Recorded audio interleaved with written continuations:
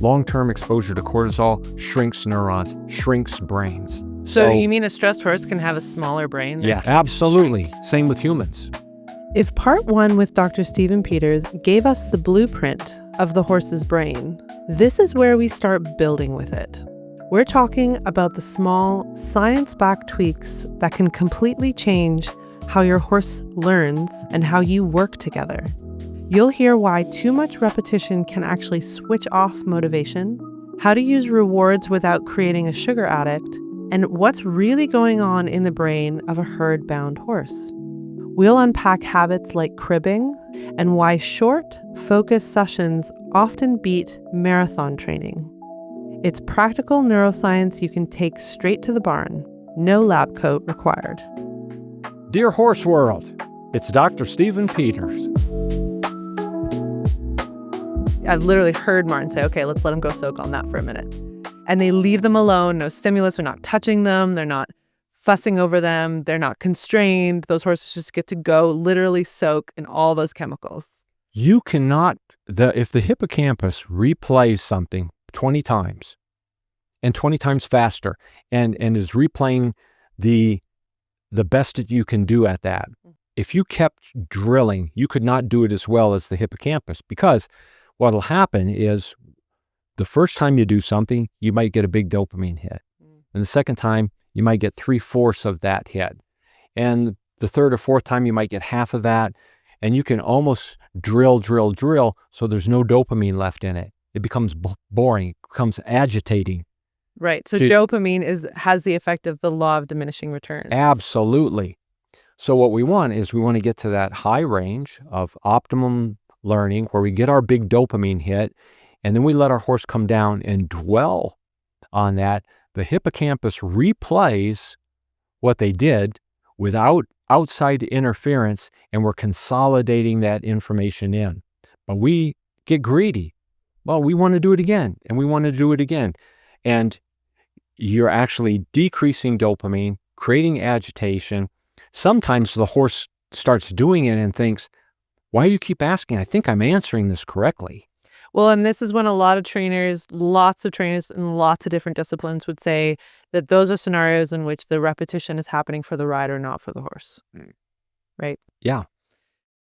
I want to talk about dopamine because I have experienced, and we nerded out on this, is the efficacy of reward-based training in certain scenarios, and I have found it to be absolutely fundamental to the rehabilitation of my mare's neurological state and her relationship with learning.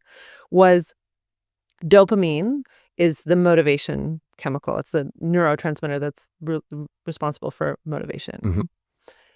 I found in her case study that because dopamine had been, that there was not a lot of dopamine present in learning. In fact, there was, if you were to think of it, cowboys had said this, trainers had said this, that there wasn't a positive relationship with learning. It was like, if there's something new, 9 times out of 10, something bad's going to happen.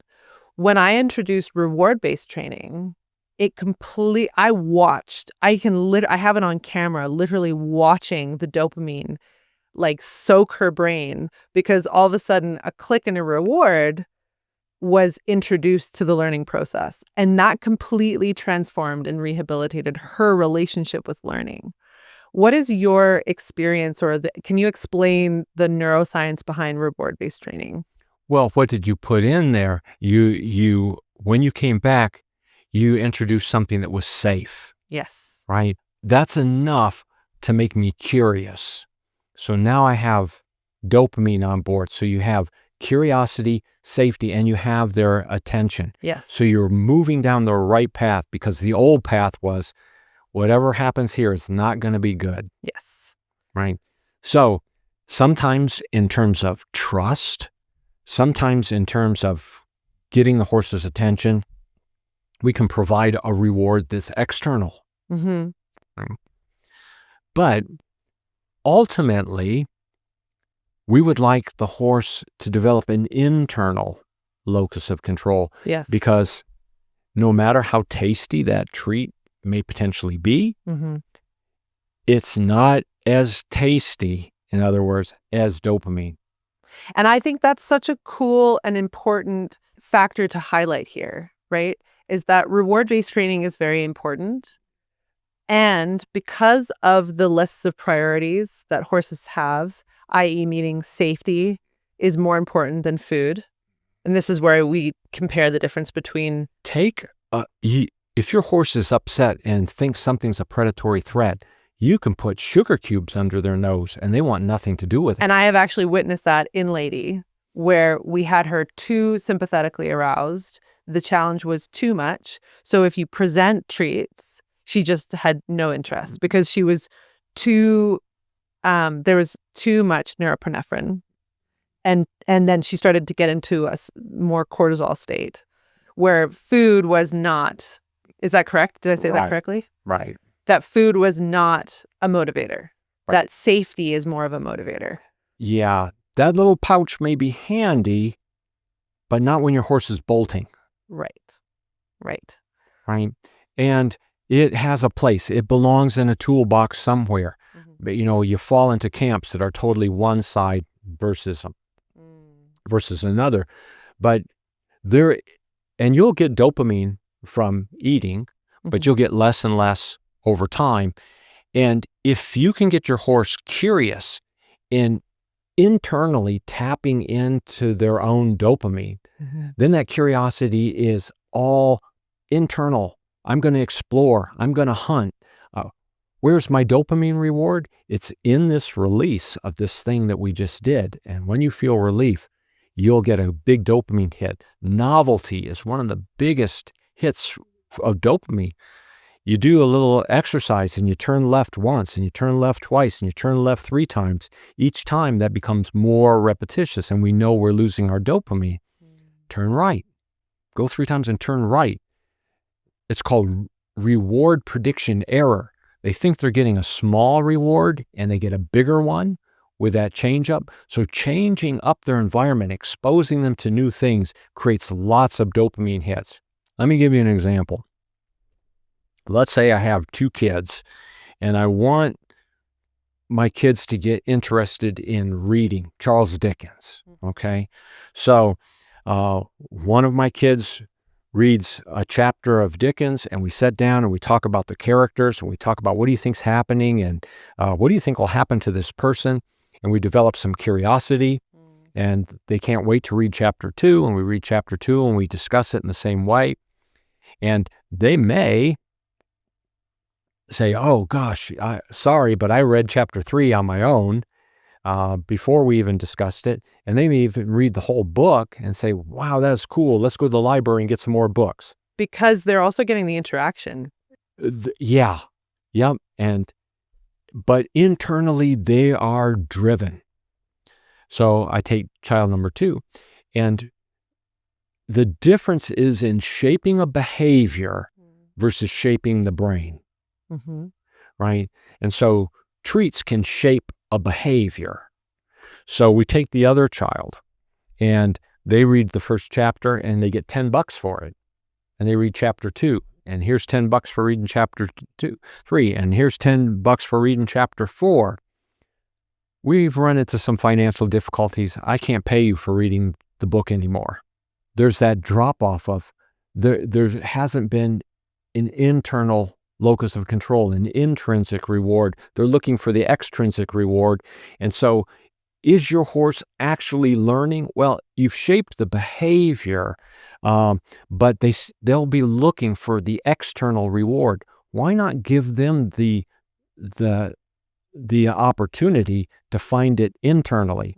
And the more you do that, even in terms of self-regulation, you may feel good that your horse feels good with you and you're the safe spot. Or a certain area in the arena is their safe spot. But if you help them through neural exercises to go up and down and realize that, wow, I felt good over here and I can feel good over here, and I can actually feel good at a distance from this person, I can now find my safe spot on my own. Yes. And Martin calls those special forces horses. I can now focus on that cow And I don't even have to worry about my horse, because even if they get a little aroused, they know how to get back down. They're not looking for me to do it. So we've taught them how to operate within their nervous system. And says, I have horses, I don't really know how I could get them super aroused. I don't know how I can get them almost to a point of feeling threatened. I just know that they can take care of themselves and they can downregulate. Mark Rashid, we've pointed out horses of his that just take care of themselves. And that's a great gift, to teach the horse that safe spot is portable, and you're the one that's determining where that goes. The comparison of internally resourced versus externally resourced. And so I love this. It actually brings so much clarity from a scientific point of view. To Josh Nickel talks about how horses can be empowered, and they can actually be empowered by pressure. That once they build a positive relationship, to understand that when they get asked a question, that they'll be able to find the answer. That's what I call, that would be the definition of an empowered horse, right? And from a neuroscience point of view, what you're talking about is the window of optimal learning becomes wider and wider, that they start to understand that they can access the chemicals, that they can downregulate, that they can access serotonin in homeostasis. When they get asked a question, they can figure out the answer. And I think that's what's important to emphasize from a scientific point of view. No treat is ever going to be as powerful as these neurotransmitters that you were talking about. Right. Cribbing, when they get addicted to dopamine hypersensitivity, it's no longer about food. You can go ahead and put the sugariest grain underneath your horse, and they might take a bite or two, but they go right back to that cribbing, that crack cocaine addiction. Yeah. Because cribbing is a great example of that is a horse internally resourcing neurotransmitters through a stereotypy. Yeah, and those stereotypies used to be called repetitive behaviors without a purpose. Now we know they're repetitive behaviors with a purpose. They reduce cortisol tremendously. They're stress reduction solutions that the horse has tapped into. And with that hypersensitized dopamine, we now have an addict. But it was an abnormal condition that created that. And so now they can't really be a horse totally. You turn them loose in the pasture and they'll find some wood to chomp on. So they're meth addicts. If you're smoking crack cocaine, right, you're not addicted to the crack cocaine. You're addicted to how powerful and how quickly the dopamine receptors fire in an area called the nucleus accumbens, the reward center. So still, we're talking about the same chemical, that same neurotransmitter that is one of the most powerful reinforcers there is. Right. So it's once removed when we use other means to get to the dopamine. Why not just go to the pot? This is why we now have research to show that actually putting a cribbing collar on a cribbing horse is counterproductive and actually harmful. What we're doing is they've developed a very effective strategy of coping with stress. Cortisol levels decline. Now we're going to use an aversive stimuli, right? Which is almost cruel. We're taking away their ability to cope, and cortisol levels go back up again. And if you stop that, they may try to find another way of solving that stress problem. How about let's not create the stress problem and create the problem? Because once it starts, it's the success rate of rehabilitating from cribbing. And I wouldn't even call it that, because now there is some thinking that it's almost cruel to try to stop the cribbing once it starts. Could you give examples of other stereotypies and what actual a stereotypy is? Because so what's the difference between stereotypy and stereotype as a term? Stereotype is just something that we generalize over time. A stereotypy is different, and there are different types. And cribbing would be an oral stereotypy. A motor stereotypy might be, we take away your ability to move around in the pasture. So now you weave. You simulate that motor movement because we've taken it from you. Wow. And it feels good to move. What do horses do in the wild? They move, eat, move, eat, move, eat. What do they do when they're turned out in a pasture?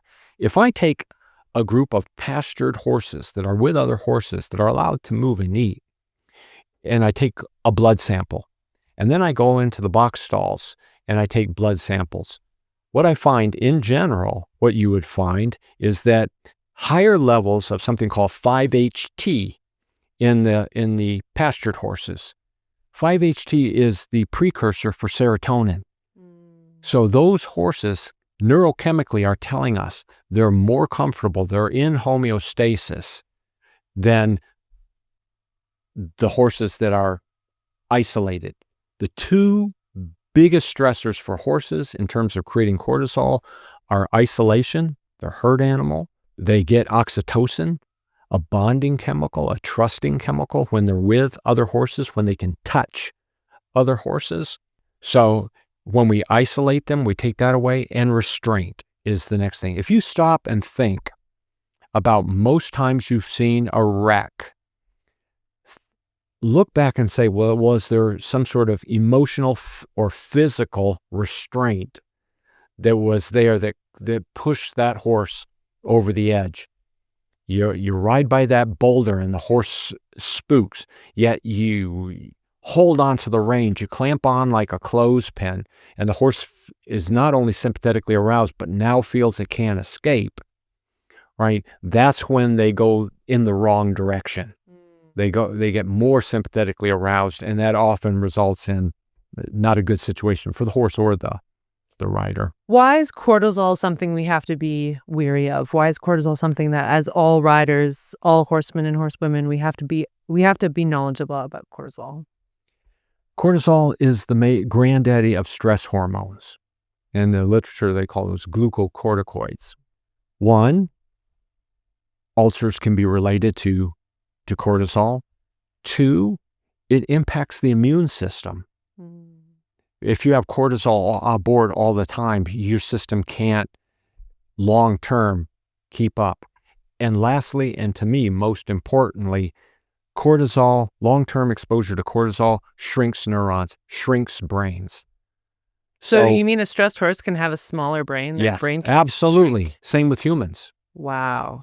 So we're killing off neuronal connections. We are pruning, and yet we're trying to teach horses. We want our horses to be in optimal learning, but we're actually creating so much stress that we're reducing brain material to be able to do that. Wow. Can you talk about, I think actually this is a wonderful opportunity for you to talk a little bit about Comet, because I feel like that story is so much of what we're talking about put together into one horse.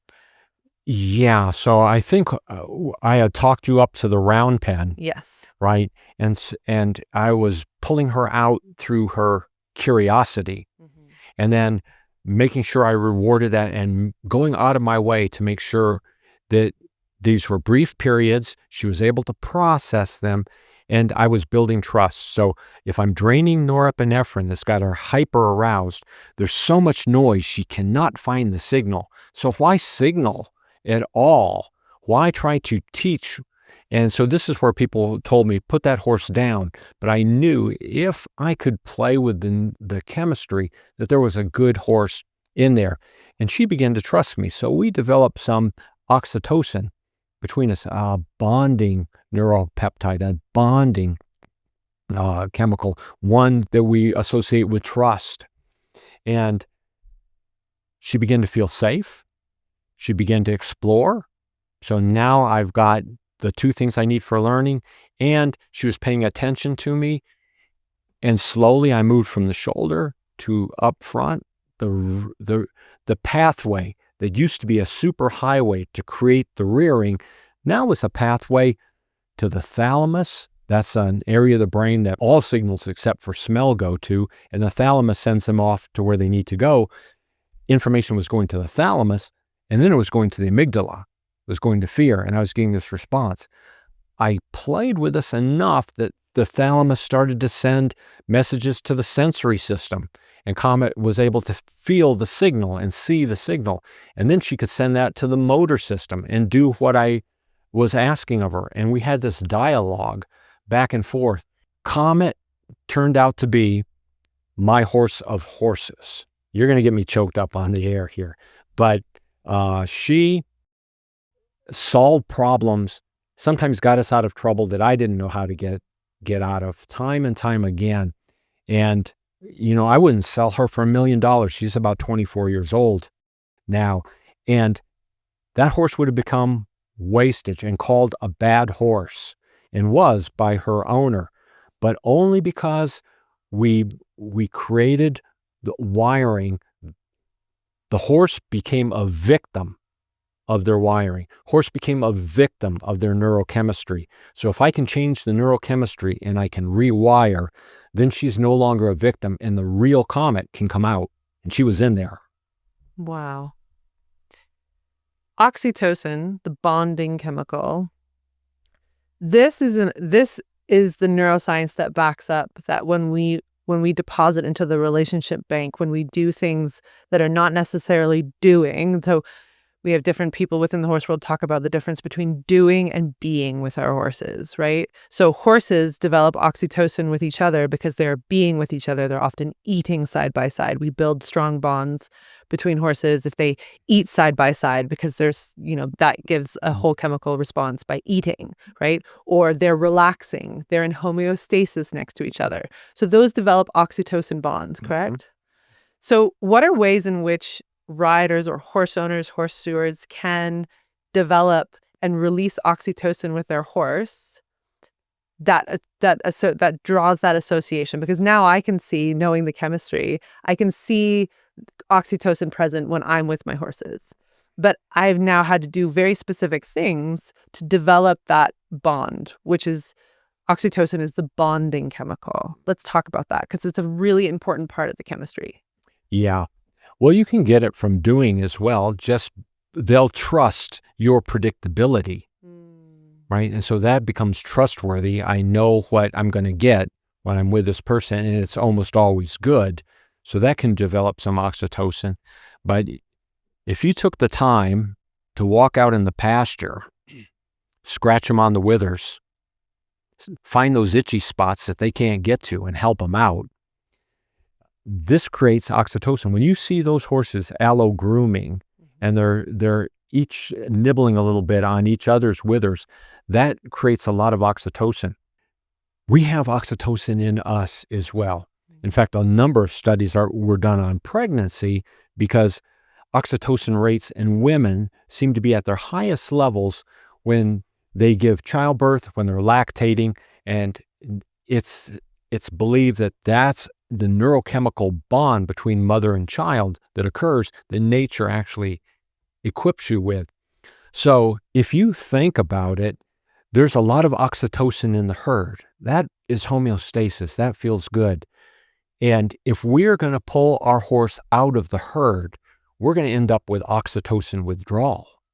So we better have some other chemicals and know how to change that cocktail. Otherwise, we're going to be dealing with oxytocin withdrawal. You're going to call your horse a bad horse. You're going to call him names, herd bound, buddy sour, barn sour, etc. But that's what's actually happened. So they're just in oxytocin withdrawal. Right. And we're not replacing it. Right.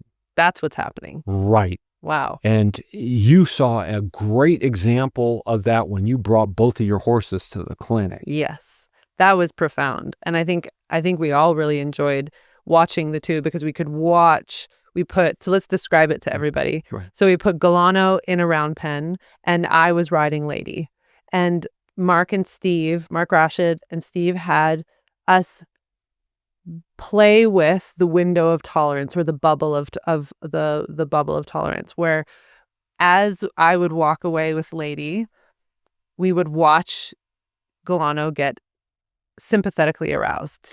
What would happen is our oxytocin's depleted. I don't have my buddy with me anymore, so that's the oxytocin withdrawal, and norepinephrine was increasing. So now I'm hyper aroused, I'm sympathetic, and I'm running back and forth, getting a little frantic. Yes. Inside that round pen. So then we wait until there's an internal, this is a great example of how horses can be internally resourced. We would wait until we saw the presence of downregulation. So he would either show interest in another part of the round pen, show curiosity, or he would stop, lick and chew. You watch that downregulation where he would come down from too much cortisol or too much, just the right amount of norepinephrine, right? And that then we would get the presence of what? What would be present in that downregulation? In the downregulation, that horse is starting to feel more emotionally balanced. Serotonin. There you go. So then and then as we witnessed the very early stages, and this is where Mark said to me, this is going to be an amazing exercise, but your timing has to be perfect or near perfect. So as soon as we start to see that downregulation, I would turn Lady back round and I would close the gap between Galano and Lady. And I would, it's like rewarding his downregulation. Right. Now we did that enough, we started to build predictability. So he would understand that as he downregulated and that serotonin was more present, emotional balance, that he would also get a hit of dopamine. Yeah. And that's the reward, and that's the science explaining what his pressure and brain release was almost saying, I can bring her back.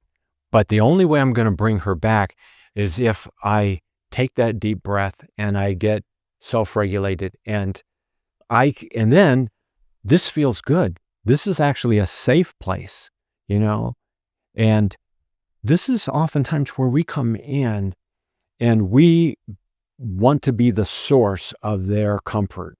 Mm. And so Mark with a horse earlier had a horse that was getting ready to follow him all around. I'm not letting you out of my sight. You are my safe spot. And that may feel good. Look at how much my horse likes me, but we're not necessarily doing them a favor. So Mark wanted to teach that horse, you can find this on your own. Yes. And you can find this on your own right there. Now let's see if you can find it on your own over here. And once your horse found that level of comfort, that down regulation could be found portably in different areas because, your horse started to explore, started to look around. Yeah, he started, we would come close, Lady and I would come close to the pen to reward him for his downregulation, and he'd be off in another part of the pen exploring. It was like, I don't need this reward in the same way anymore. And once we took him out, he was a cool cucumber. Yeah. He walked around, he was checking things out. He'd walk past your other horse and just say, well, how you doing? And just continue on. And that's the difference between externally resourced and internally resourced. Right. It was all done within the horse. Within his own brain chemistry. And you could watch it with both horses. Mm-hmm. Because your mare, I watched that jaw would tighten up. Yes. That insecurity would sort of be there. That's probably anthropomorphizing, but that source of anxiety and sympathetic arousal was there. It just wasn't manifested in big behaviors, but actually when she began to understand her role in all that, yes, we got the licking and chewing, we got the relaxation, and they were different horses. And we're not talking about training all day. No. Right. This was like an hour. This was maybe an hour session, maybe. Now, here's what I want to know. They got to come home and they got to be together and they had an opportunity to replay what's happened in their mind and go back and re-experience that chemical change, right? And consolidate that information. But we didn't see them once they came back home. Mm-hmm. You did. Mm-hmm. So what did they look like? Well, they looked very comfortable, very confident. Again, that could be anthropomorphizing, but I would say they're very regulated. And then since that exercise, I've noticed that the space between the two of them is wider. That there is, and there are actually, now that, I'm thinking about even ways that how am I reinforcing the chemistry, or how can I rewire the chemistry? So now I've started being like, if I feed them further apart, because typically out of convenience, I'll just feed them together. But I realize that I'm actually, I'm reinforcing that oxytocin and the dopamine together when they're associated together. So what if I were to feed them apart more and more in the field? And that's just to establish a larger range, like a larger range or field of comfort between the two of them, right? So I noticed that they're very regulated when they came home. Here's the cool thing. We are all scientists. Whether you know it or not, when you go out to your horse, just how you move, just the rhythm that you have becomes part of their environment. You are not just a person, you are an entire environment when you go out there. And you're a scientist, so experiment, and play with these neural exercises. Get some arousal, get some focus, get some attention, back off, give them time to process and see what happens.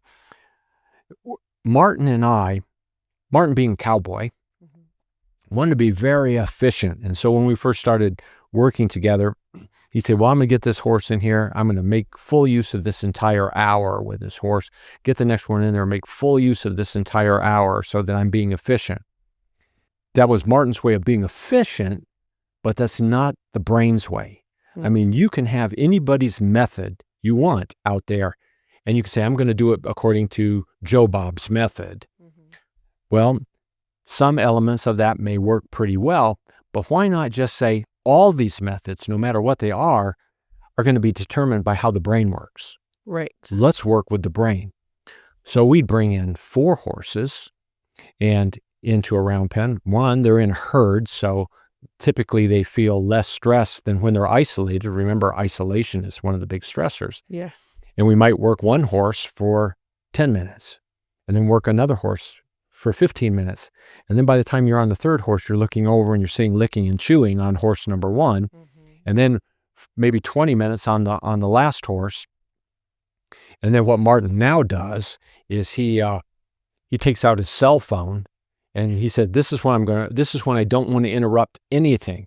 I want this replay taking place. I'm going to make return calls to all the people that have called me. I'm just going to force myself not to go in there and do anything else. And he says each one of those horses is further along than if I took each horse and gave them an hour. So in 1 hour, I can be further along with 4 horses because of those shortened breaks and those inter-trial long intervals to consolidate the information than I would be otherwise. This is one of the most empowering pieces of neuroscience I think I've come across in this whole journey, because not only are what you're saying has been reinforced by really great horsemen like Lindy Birch or Martin Black, like people who don't even maybe understand to the full extent the neuroscience behind it, but this idea of short training sessions. The other piece that's so important for everybody in the horse world is that people have never been more busy than they are now, right? We are overwhelmed with things to do. So the idea that a 10 or 15-minute training session with your horse could actually be more effective for their learning than an hour session completely removes this idea that I don't have time. That, oh, no, I just don't have time. No, you do. And actually, a shorter training session would be more effective and more considerate for your horse's brain chemistry and for the way that they learn than if you were to do an hour drilling. And especially if we get focused on the task. I know someone who worked with Mustangs and basically had spent a lot of time upregulating, downregulating, getting the horses to be comfortable. And then they were in a state to pay attention and to learn. And so he said, I'm going to film my first trailer loading with one of these Mustangs. So he took his horse back there and he's setting up his camera, and his horse walked onto the trailer.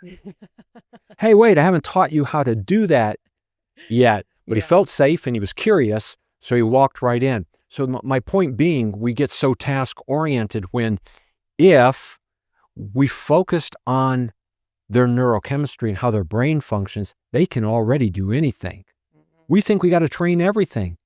I have news for people. There aren't wild horses out there standing, not doing anything, going, I hope a human comes along, teaches me how to trot, teaches me how to canter, because I'm stuck without training. Basically, if we form a connection, most of the time, if we get out of the way and just let the horse try to find us in that harmony, in that synchrony of movement, then we can direct that. And then we can direct that together and get in this dialogue, this dance. Yes. But if you go and try to manhandle and think it only can come from you, then yeah, you will have to drill these behaviors. You will have to behavior shape. And I can behavior shape. I'm not a horse trainer. I'm a scientist. But I could behavior train a horse to do some sort of exercise, and then behavior shape them for exercise number 2 and exercise number 3, the task, line those all up, put them together, and they'll look like a great circus horse because they can do these 3 or 4 things that I've trained. But if you looked in the brain, what would that look like? That neuronal connection would be a rigid connection. If I took that horse now and said, let's go for a trail ride, they would come apart. They don't have all what they need to adjust to another environment. However, if I took a horse and I exposed them to things and let their nervous system come back down and expose them to things, then Martin will say, I expose my horse to lots of new situations, and they're more curious than they are over aroused because they have options, they have information, they have a database of similar experiences, versus if we drill that one behavior, we can't expect them then to go into a different environment with no experience and be able to survive. This is kind of like the neuroscience explanation for empowerment or resilience, right? Is that kind of what you're describing? Is like the actual... Also, is that what neuroplasticity is? Neuroplasticity is the brain's ability to rewire itself, wire and rewire itself. So that's the plasticity part of it. William James, an American psychologist, came up with plasticity because he said these brains are malleable. Plasticity is now more an antiquated word. It should actually be rewiring. So you're rewiring networks. And you've already got existing networks that help you do things. But just imagine if you can start rewiring entire networks together, your knowledge base will become huge. It makes me think of the 2 stories. Mark Rashid shared a story about how he taught Rocky all these different tricks and different cues for the movie that he wrote and that got them produced.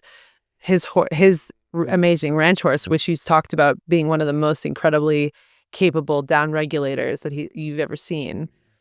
There's that story, and this is what it makes me think of. That story and Buck Brenneman's story about how he actually stepped in and taught a lot of the horses in The Horse Whisperer, the movie. Those were his horses that just learned on the spot, different cues and different things that were required, because sometimes the movie horses, who I'm thinking maybe had quite a rigid, that neuropathway was quite rigid, whereas some of these ranch horses have quite expanded, quite dynamic neuropathways.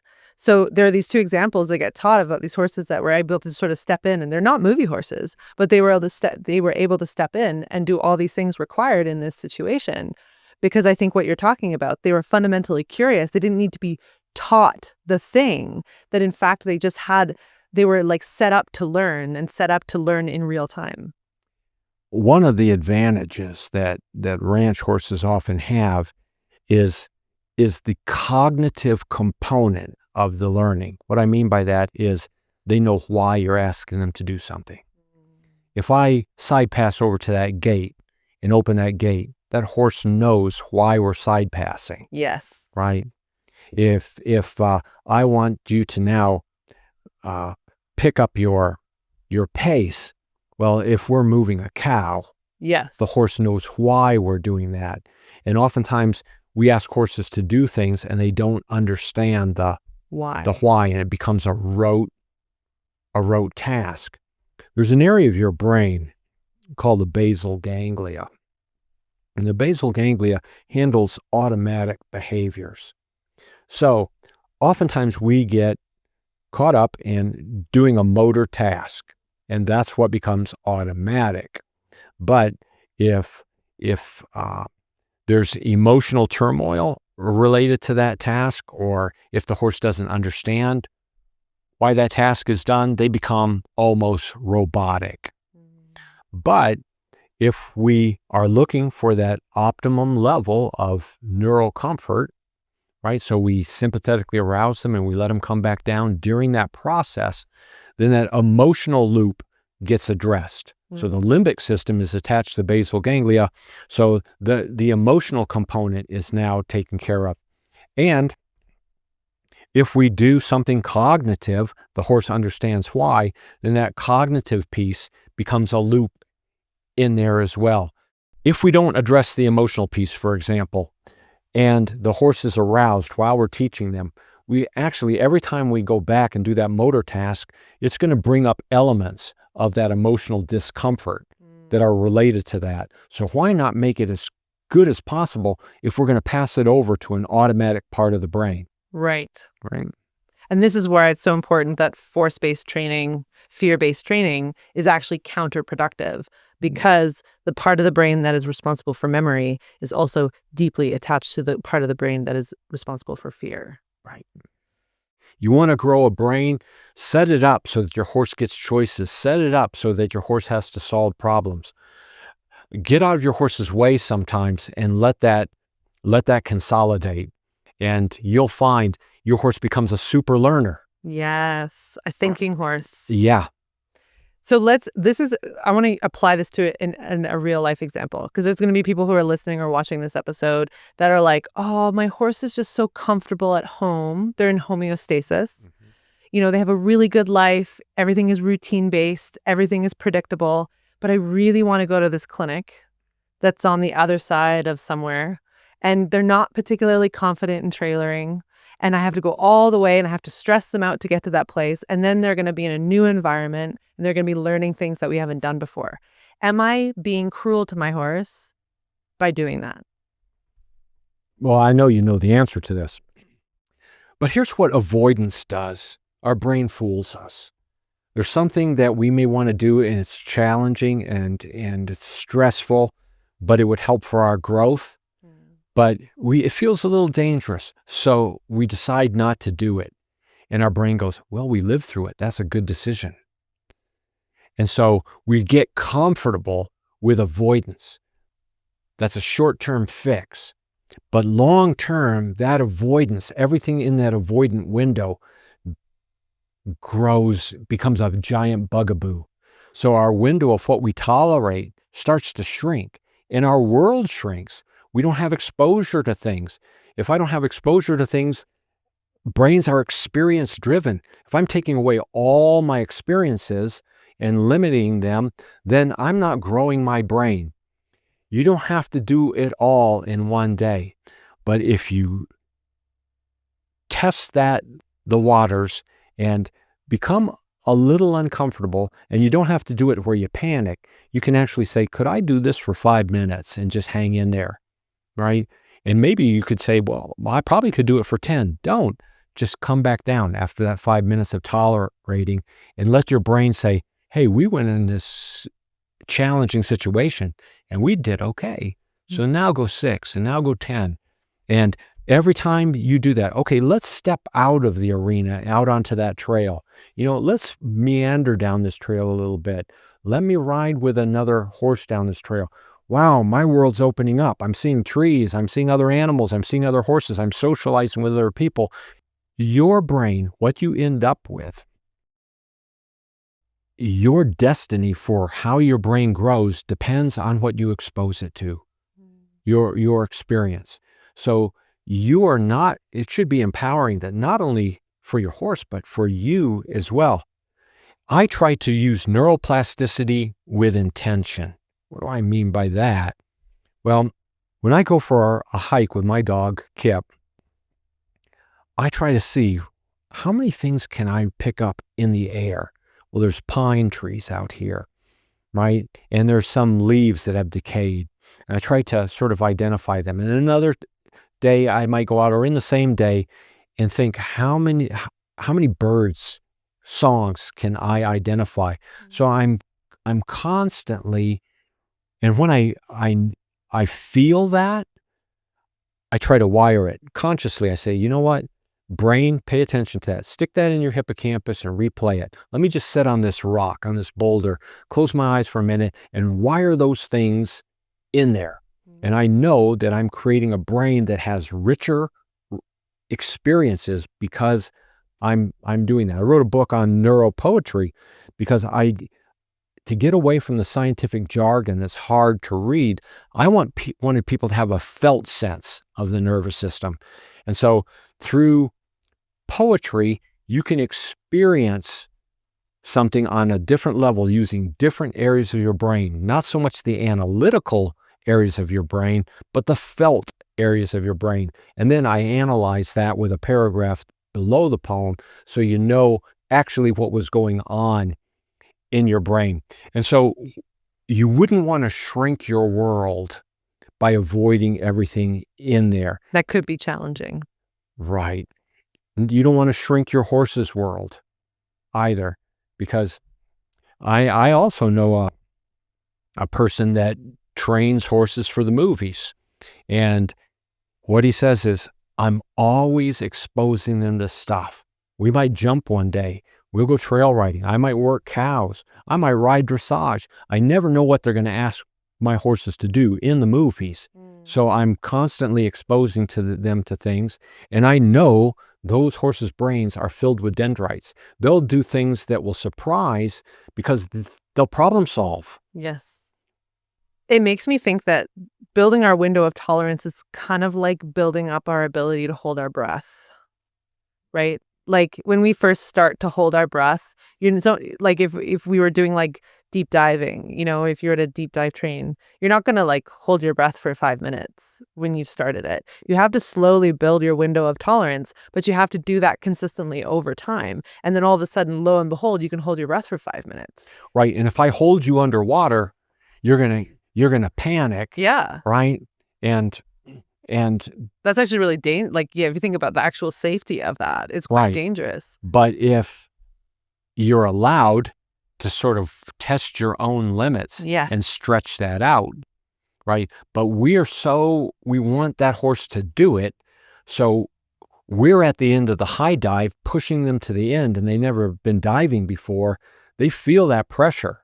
And so it's more sometimes a reaction of escaping than it is true learning. So good. I feel like we've covered so much amazing ground.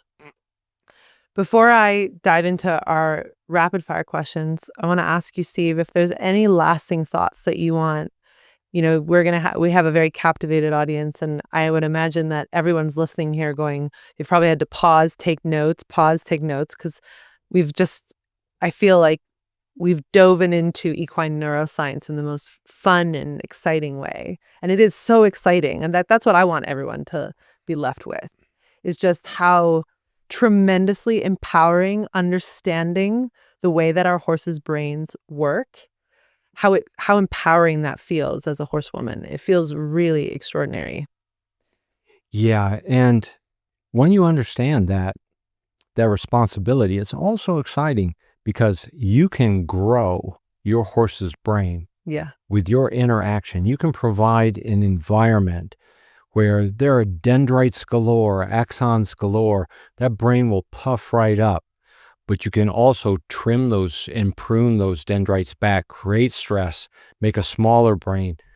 And where this is leading is, it's wonderful to learn the neuroscience, but the importance of the neuroscience to me is equine welfare. If we're not having ulcers, if our horses aren't stressed, if we give them an internal locus of control, if we give them the benefit of the doubt and allow them to use their mental capacity, if we allow them to optimize their behavioral interactions, this not only benefits us in terms of training, having the most optimal student, it is vital to their well-being. Yes. And if that alone isn't enough, in terms of social license, it's hard to get away with things that are rough and abusive and don't work with the nervous system, actually work against it. So if you're working against the nervous system and then providing punishment on top of that, thinking your horse has devised with the frontal lobe that they don't have, the areas of the brain, that they've devised some way to trick you, devise some way to work against you. Or they're being a jerk, or they're being challenging or difficult. They're being disrespectful, which Yeah. is an abstract Ooh, that's- concept. That's such a loaded word that gets used so often. Right. If you've inadvertently trained your horse to walk into your space, if you've had trouble setting boundaries, your horse is not being disrespectful. Your horse is not then doing something, laughing at your expense, heading off to the pasture to tell the other horses. But we treat them as though these things occur. We may not be thinking them out loud, but we're actually attributing something to the horse that they're not capable of. They're fantastic, wonderful, sensory beings.